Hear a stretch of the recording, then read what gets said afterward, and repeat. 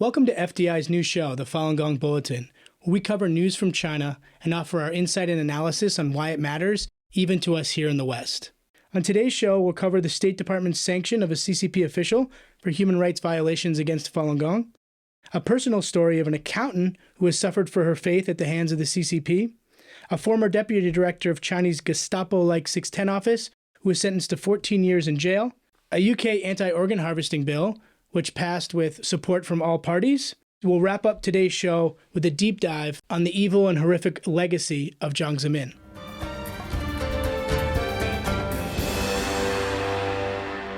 Hi, I'm Ben Maloney, Digital Outreach Director for Falun Dafa Information Center. And I'm Cynthia Sun, News Editor at Falun Dafa Information Center. So we're just going to start today's show with breaking news. So we're filming this episode on Human Rights Day. Yesterday, the State Department, U.S. State Department, came out with a release called Combating Global Corruption and Human Rights Abuses. And I just want to read from it for a second. So on the occasion of the International Anti-Corruption Day and the eve of International Human Rights Day, the U.S. has taken the following actions to promote accountability of corruption and human rights abuse around the world. These actions include financial sanctions, building upon the implements of the Global Magnitsky Act, 4 additional country-focused executive orders. The actions also include visa restrictions pursuant to Section 7031C of the Department of State, Foreign Operations and Related Programs Appropriation Act 2022.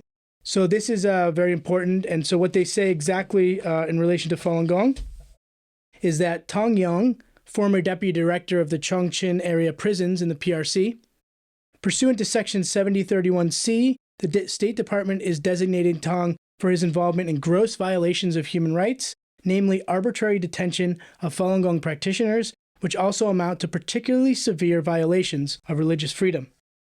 This is the second time that the Biden State Department has sanctioned an official for violations of human rights against Falun Gong. The first one was done last year, which was Yu Hui, who was a former office director of the so-called Central Leading Group on Preventing and Dealing with Heretical Religions, who was also sentenced under the Section 7031C. So the Section 7031C is a broad sanction that actually applies not only to the official being sanctioned, but also to their families not being allowed entry to the U.S. And so some of these sanctions have financial repercussions, such as if you have property in the U.S. or you have any sort of assets in the U.S., they can be seized. But some officials in the CCP don't have assets in the U.S.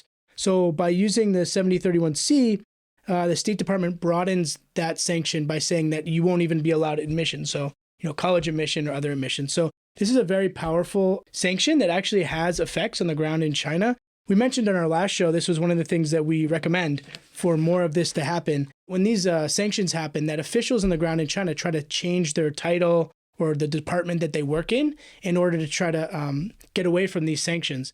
And in some isolated cases, we know that even some of the persecution against Falun Gong practitioners gets better or they're released entirely, although that's not on a broad scale. We hope to see more of this in the future, and maybe you can take us through the rest of the news stories today. Sure, thank you. The first news story today is about a Changsha City, Hunan province accountant. She's 49 years old, named Gong Xianghui. In 2020, she was actually arrested along with her husband and 15 other Falun Gong practitioners in a mass arrest for their faith. In December 7th, 2021, she was sentenced to 3 years and 4 months in prison, solely on account of her faith, and she wasn't given any rights to representation, and she wasn't allowed to speak up in defense for herself. In July this year, she was actually taken to prison to serve these 3 years, and she won't be able to be released until 2025. This is important because this isn't her first sentencing. This isn't her first time in labor camp or in prison. Mrs. Gong was actually arrested 6 times since 1999 when the persecution started. And even in the early 2000s, when she was 6 months pregnant, she was arrested and detained, and prison guards forced her to abort her second child, which is a horrific thing for a mother. Her husband actually didn't practice Falun Gong until recently, and hearing news of her sentencing really shocked him to the point where right now he's very depressed and needs to be taken care of by his parents and the in-laws. This is just one case out of thousands that are happening right now. You said that one of the top officials in China was sanctioned. Actually, even after the sanctioning of CCP officials, it doesn't mean that the persecution has ceased to exist or ceased to continue operating. No. And also, this is one, the State Department took great action to sanction one official, but this is one official from one prison system. The persecution of Falun Gong is across almost every province and every area. So the amount of people that should be sanctioned is huge. Yeah, so it's definitely not all encompassing. Actually, the sanctioning of Tong actually ties in with the sentencing domestically inside China of the 610 deputy director, Peng Bo. He was a perpetrator of Mrs. Gong's prior arrests because he was basically the head of the 610 office, which is, like you mentioned, the Gestapo-like. It's an extra-legal agency that was created by Jiang Zemin to specifically target Falun Gong practitioners. And it operates today even in the West. It's in charge of transnational repression as well as domestic repression of Falun Gong. Yeah, and we'll definitely get into 610 office when we talk about Jiang's legacy, but you touched on something important that people in the West should understand. The tentacles of the Chinese Communist Party reach beyond the borders of China. And so, 610 office has influence in like the embassies, for instance. We know that like Confucian institutes or whatever had influence on college campuses. And so this is something, this is also part of Jiang's legacy in that transnational repression and trying to control narratives and people, even in the U.S., is pretty large. These two people, Tong and Peng, they were both CCP officials that did horrendous things to thousands of Falun Gong practitioners. But even after the news of, their sanctioning of Peng Bo was sentenced to 14 years for corruption. So he's out of his position. He's been replaced by someone else in the party system. But that means that the 610 office still operates and the persecution is still going on, even in the absence of these top CCP leaders. Right. And it's we should note that, the infighting and things that happen within the Chinese Communist Party, it's very hard to understand what's really happening, right? So his sentencing, for instance, sentence for corruption, there's been actually, I think most of the heads of the 610 office has been sentenced from one thing or another over the years. But it's very hard to understand what's really going on behind the scenes of this kind of factional disputes. So all we can say is that they have been sentenced, and some of the allegiances for persecuting Falun Gong, whether it's Bo Xilai or Jiu Kang, those people have also been sentenced for very similar things around corruption. All the Falun Dafa Information Center and other human rights organizations can do is just to call for more sanctions, call for more precedents to, make sure that these officials are held accountable. And that actually ties into our third news story, which is the United Kingdom and its precedent set on November 30th when the House of Commons passed a bill to block all UK public contracts with companies that could be complicit in forced organ harvesting. And this bill specifically targets forced organ harvesting and what the United Kingdom can do domestically to stop money from flowing into what they know as an unethical medical industry. This isn't the first time they've made amendments. In May, Amendment 164 to the Health and Care Act prohibits British citizens and British nationals from traveling outside of the United Kingdom to purchase an organ. So you can think of the new amendment to the procurement bill, November 30th, as like a sequel to this first bill passed in May. First, they stopped British citizens and nationals from leaving the country to go to China or other places to unethically receive an organ transplant. And then second, they have one that actually restrains businesses and public contracts within the United Kingdom, which they can actually control from going and doing business with China and China's organ transplant companies.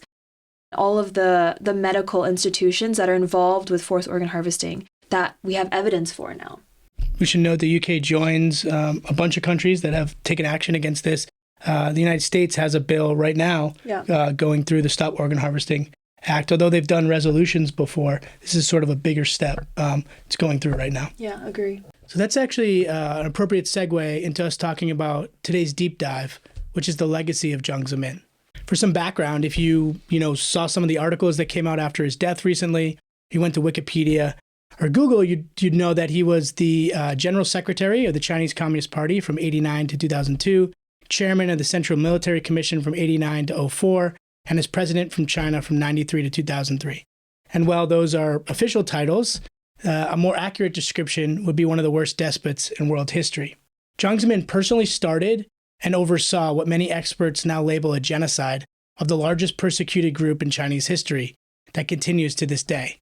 We're talking about the persecution of 70 to 100 million Falun Gong practitioners who practice truthfulness, compassion, and tolerance. Jiang personally started, orchestrated, and carried out mass imprisonment, torture, and killing of untold amount of people who practice Falun Gong. But before we get into the numbers and the horrors of his reign and how he should be remembered as the evil despot that he was, I think it's appropriate that we pause and look at some of the victim testimony in their own words to talk about his legacy. My name is Yuhan. I believe my father is a victim of forced organ harvesting in China. I was 19 when I was told he died in a Beijing detention center in 2004. I thought it must be a mistake because just 3 months earlier, when he was arrested for practicing Falun Gong, a meditation in the Buddhist tradition, he'd been so healthy. I saw his body before it was cremated. He was terribly thin and bruised all over, but from his throat was an incision that went all the way down his torso. In his stomach area, we could feel a hard block of ice beneath his skin that was stitched with thick black thread. One day, when I was detained in the Chateau women forced labor camp in Guangzhou, and I was took to a dark room with all the newspaper blocking the window, and I was forced to put in a double lotus position, and I was tied by a bed sheet. Both my arms are tied behind my back, and they put me in the middle of that dark room and started to beat me, started to insult me for 14 hours straight, without break, without bathroom. I am a Falun Gong practitioner from China. I have been detained in forced labor camps and prisons. I have been persecuted for about 6 years. So I know very well the facts of the CCP's persecution of spiritual practice. In the brainwashing class in Huangpu district, there were 30 or 40 people. We were forced to watch videos that demonize Falun Gong. The videos were designed to change my thoughts, which I then had to write down. If I refused to write, I was subject to sleep deprivation. Literally, they can do anything to you. I got physically abused. I was forced to squat on the ground for a long period of time. The police just took me in the midnight, took me to his office, and handcuffed me to the bed, and then he used the electric baton to shock me. And after a while, you think you can still continue? You still don't want to give up? Okay. They tortured me for an hour. So we just heard from people that represent tens of millions of Falun Gong practitioners who were tortured. And many of those people are no longer here alive to tell their story. And so there's a lot in the media kind of painting rosy news stories about Jiang, especially in the West. But you shouldn't let those stories distract you from the fact that tens of millions of Falun Gong practitioners' lives were torn apart as a part of Jiang Zemin's directive. And to remember him of anything other than an evil despot would be doing a disservice to the millions of Falun Gong practitioners who suffered in his hands. And so to understand Jiang's legacy, we have to give a little bit of context to the rise of Falun Gong and the size and significance of it before going into his brutal and deadly reaction to it. Because much of the CCP's propaganda over the last decades has been to malign Falun Gong in the West, to control its coverage, and make people feel as though it's a small fringe issue. But in reality, Falun Gong is one of the largest defining stories in modern Chinese history. And Falun Gong was introduced to China in 1992 by Mr. Li Hongzhi, and it was introduced through a series of lectures that were given from 92 to 94. And from 1992 to 1999, organically, Falun Gong grew from 0 to 100 million practitioners, by Chinese government's own estimates of 70 to 100 million practitioners.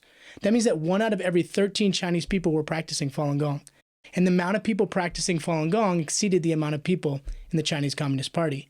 And the amount of people practicing Falun Gong permeated through every level of Chinese society, from farmers to top CCP officials. And the resurgence of Chinese traditional values was obviously at odds with the atheism, violence, and struggle of the Marxism of the Chinese Communist Party. And Jiang Zemin, who was a person that came up through the ranks through squashing the Tiananmen Square protests, was someone that wanted to solidify his power through violence and an iron fist.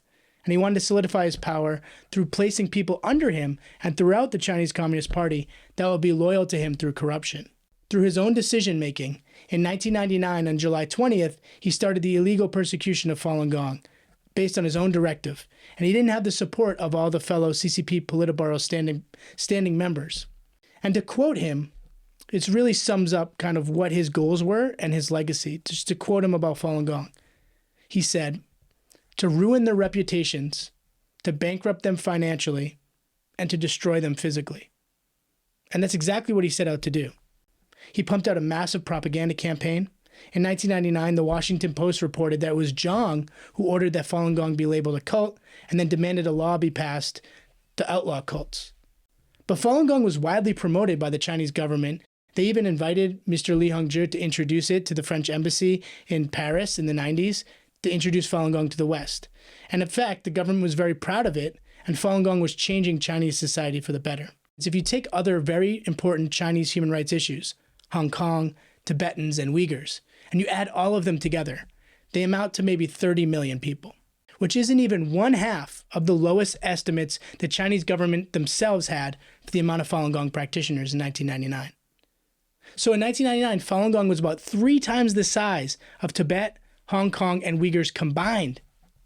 And it represents the largest spiritual group targeted for elimination and persecution in Chinese history. And so when we look at Jiang Zemin's legacy, we have to highlight 2 of the most egregious and horrific things that Jiang founded and set up under his reign.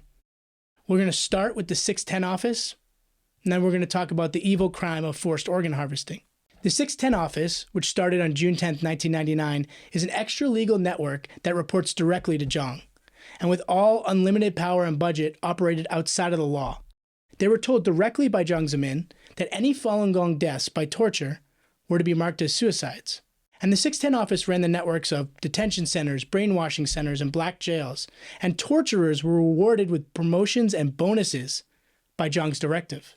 This extra-legal security force is basically by experts known as the Gestapo of China, and it was specifically geared to persecuting Falun Gong, and attempted to carry out Jiang's directive through misinformation and propaganda, internet censorship, and expanded their tentacles around the world and through the most powerful entities in China.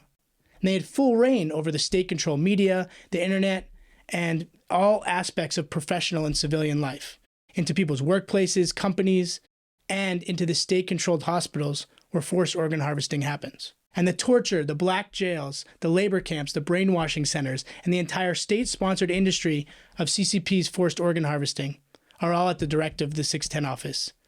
And John ordered them to eradicate Falun Gong by any means necessary. And speaking of deaths by torture, the true death toll of Falun Gong practitioners is unknown, but we do have documented 4,800 deaths by torture that are proven, and they're people that we know and can trace.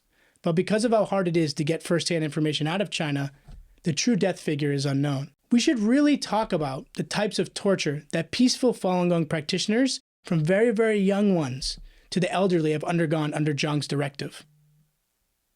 Burning with boiling water. Shocking with electric batons, even to women's genitals. Beating to death.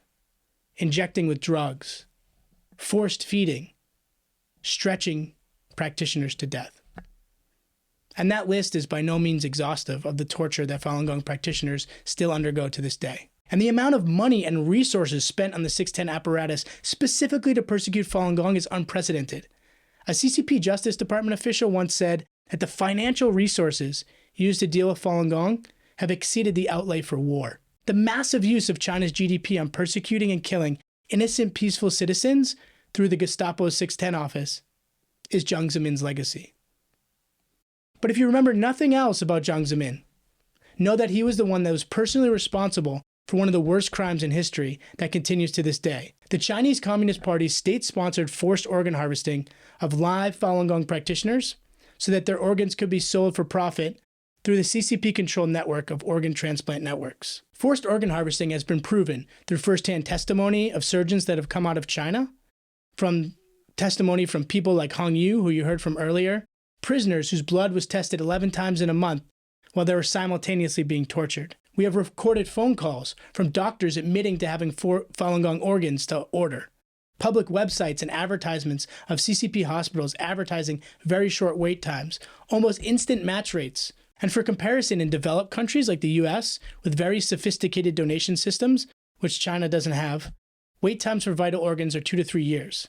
However, the CCP is able to match them in almost real time, meaning that they have a large pool of healthy organs to pull from. And all of this started in 1999, when massive amounts of Falun Gong practitioners in the millions were starting to be detained. And I say all this to establish that talking about whether forced organ harvesting has happened or is happening is not actually credible at this point in time, because no serious or credible person or outlet who can look into the evidence would disagree. And research by David Mattis, Kilgore, and Ethan Gutman, the China Tribunal, independent organizations, as well as most governments around the world, most recently the UK, shows that this atrocity is happening. And so given the nature of this widely accepted heinous crime, how do we know that Jiang orchestrated it? The primary evidence is 3 factors. From 1999 to 2000, organ transplants 10x'd, according to He Xiaoxun, a CCP doctor who bragged about it. And this was exactly at the time when Falun Gong practitioners were being detained in the millions. And no excuse and no explanation can account for those organs. The second factor is that nothing happened under Jiang's iron fist rule, especially with Falun Gong, without his knowledge. And if you look at the way he ruled, he was personally responsible for everything related to Falun Gong. And asking the 610 office to eradicate Falun Gong by any means necessary, of course forced organ harvesting is by no means far-fetched, given the torture and deaths that are already being caused. But the strongest evidence comes from former PLA Minister for Health, Bai Shuzhong, who in a forensically examined phone call by undercover investigators, stated that Jiang directly ordered the killing of Falun Gong practitioners for their organs. When we try to understand Jiang's motives for these things, which I've thought about a lot over the past 15 years of doing this work, there's a lot of reasons you can point to. Jiang wanted power, he was jealous, there was more people practicing Falun Gong than in the CCP. But those explanations compare in comparison to the fact that Jiang Zemin is just that evil. There's a huge gap between the transplant volume and the number of criminal executions or the number of donations that China has each year. So Chinese officials have never given a precise number of the amount of organs that are transplanted each year. But typically they've said anything from 10,000 organs a year to in 2006, China Daily said 20,000 a year. But Kilgore, Gutman, and Mattis did a report called The Bloody Harvest Slaughter, an update, which shows that the annual figure is easily surpassed by just a few hospitals from what China says. And overseas media and Chinese media have reported that some hospitals in China conduct thousands of transplants a year. Through meticulous examination of the evidence of hundreds of transplant hospitals in China, Kilgore, Gutman, and Mattis estimate that China's actual transplant volume is closer to 60 to 100,000 per year since 2000. But according to Amnesty International and the Daihua Foundation, the number of executions in China is only a few thousand. So with the extremely low voluntary donation rate, the huge gap in organs can only be explained by prisoners of conscience, mostly Falun Gong practitioners. This shows that the death toll could be hundreds of thousands for the past 2 decades combined. And the China Tribunal confirmed this research in 2019. So let me repeat. It is highly likely that hundreds of thousands of Falun Gong practitioners have been killed for their organs as a direct result of Jiang's tyrannical, murderous rage and orchestration and direct commands. So if that is not genocide, what is? Jiang is somebody that weaponized the entire populace and state apparatus and countless resources, all against peaceful citizens, and changed China's history in a terrible, terrible way. We would actually have a much different China today if it was not for Jiang. The introduction of Falun Gong to society was permeating all of society. If you think about the growth rate of Falun Gong from 92 to 99, it was 1 out of every 13 people in China. Imagine if that had continued till 2009. Would 1 out of 5 people be practicing Falun Gong? Would that have changed the openness of Chinese society? What we'd have today is an entirely different China. But Jiang personally decided, through corruption, and through his evil, and through bloodshed, to take China back to its darkest days, and set up China and the officials and the corrupt system and the apparatus that still continues to this day to persecute Falun Gong. And so when we look at his legacy is one of murder, and his legacy is one of bloodshed. And so how should he be remembered? He should be remembered as among the worst despots in history. He's inhumane and vicious, murderous dictator with countless innocent blood in his hands. And any attempt by any serious publication or person to look at him dialectically, despite these crimes, is ludicrous and shouldn't be taken seriously. After all, nobody would look at two sides of Hitler or Mao or any of the murderous dictators throughout history. Once you've done those inhumane acts and acted in a way that is no longer in accordance with being a human being, you don't get to be looked at dialectically by history, and you are defined by your evil. And quite simply, Jiang Zemin's legacy is defined by his evil. Thanks for joining us today, and we'll talk again in a few weeks. In the meantime, you can help affect change by sharing this video with your friends and family.